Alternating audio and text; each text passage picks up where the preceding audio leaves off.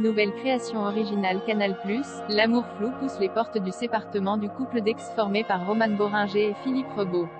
Une autofiction en 9 épisodes rayonnant d'originalité, à retrouver sur MyCanal.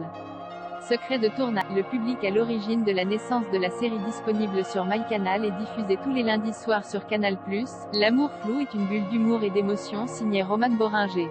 Si ce titre vous dit quelque chose, c'est certainement parce qu'avant de prendre la forme d'une série, ce projet est sorti sur grand écran en 2018. Primé au Festival d'Angoulême, le film raconte la rupture pas très conventionnelle de Roman et Philippe qui ne sont plus amoureux, mais s'aiment encore. Après un tel succès, l'idée d'une suite paraît évidente, et pourtant, Roman Boringer n'y croyait pas. Philippe et moi, on n'était pas prêts. Le film nous paraissait être notre objet unique, notre fulgurance, notre testament. Entraîné par l'emballement du public, par les aventures vécues pendant 2 ans et par l'équipe de Canal+, qui a réactivé son désir, le duo a finalement accepté de décliner la suite de son histoire en 9 épisodes. Les gens nous demandaient, mais comment ça va se passer la vie dans ce sépartement? Est-ce que c'est vraiment? On veut rester avec vous, on veut connaître la suite.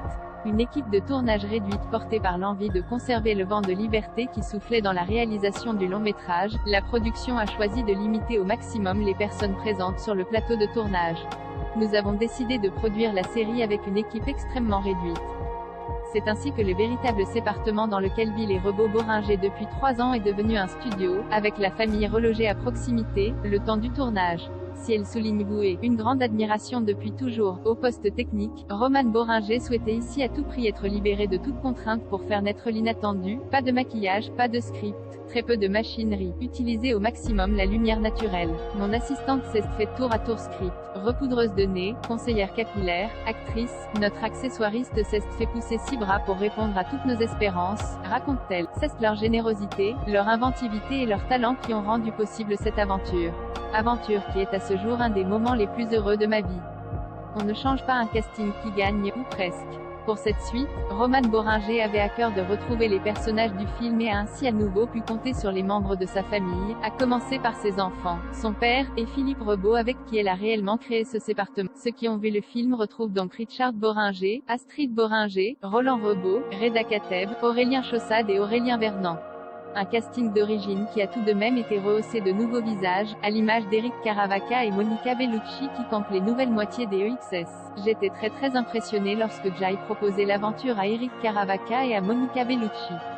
Ils ne savent sans doute pas à quel point. Leur talent, leur filmographie, leurs expériences passées. Je me sentais comme un bébé balbutiant face à eux, confie Roman Boringer.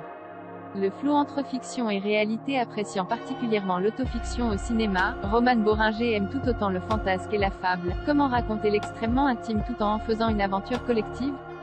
C'est ce qui m'a obsédé pendant toute la fabrication de la série. Ainsi, la réalisatrice, actrice a flirté avec la fine frontière entre le réel et la fiction pour donner naissance à 9 épisodes creusant le fantasmé pour laisser éclater une véritable sincérité. On pourrait dire que tout est vrai dans la série, décrypte-t-elle.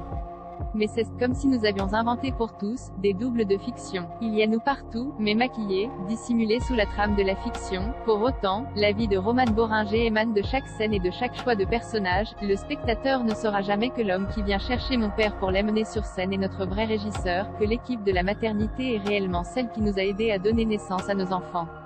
NONACTEURS et improvisation débutant dans l'écriture particulière des séries et découvrant donc les rouages de ce format avec les arches et autres cliffhangers, la comédienne a tenté de répondre au mieux à ces règles tout en conservant une part d'inattendu, et cela notamment grâce à un encouragement pour l'improvisation et aux membres du casting qui n'étaient pas acteurs, voir Monica aux côtés de Roland, le père de Philippe, qui n'est pas acteur, voir Eric vivre et évoluer dans notre sépartement aux côtés de nos enfants. Ce mélange des genres auxquels ils ont accepté de se livrer, c'était magique à filmer, offrant des moments uniques d'une rare fraîcheur. L'amour flou est donc un joyeux mariage entre la fiction et la réalité, le pro et l'impro, les stars de la profession et les amateurs. Cela provoque des différences de jeu, de rythme, de ton, des étrangetés parfois, qui font pour moi le charme auquel j'aspire, décrit Roman Boringer. Une série que l'on aime tant pour le fond que pour sa forme, à découvrir dès maintenant sur MyCanal.